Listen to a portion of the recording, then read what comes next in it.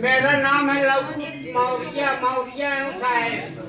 हाँ जान हाँ शायद हम अंधे हैं दोनों, आके 200 कम्बर हमको चाहिए। बिल्कुल आप दोनों लोग अंधे हैं? हाँ दोनों अंधे, 100% के अंधे न। हमारे कागज देख लीजिए, अंधे के कागज है 100% का। तो अभी तक आपको मिला नहीं कम्बल? अभी तो हम लेने नहीं आए साहब, आप जाड़ा के मारे नहीं हिम्मत पड़ती। एक दूसरा आदमी हमको कोट दिया तो पहनते हैं साहब, एक दूसरा एक कोट दिया साहब तो इसीलिए पहनता हूँ।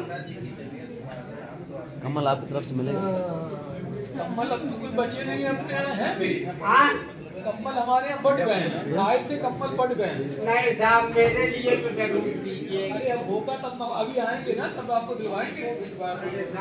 जाड़े में आए होता है, अंधा आदमी बहुत परेशान रहता है। अब अभी तक जनवरी में बता दिए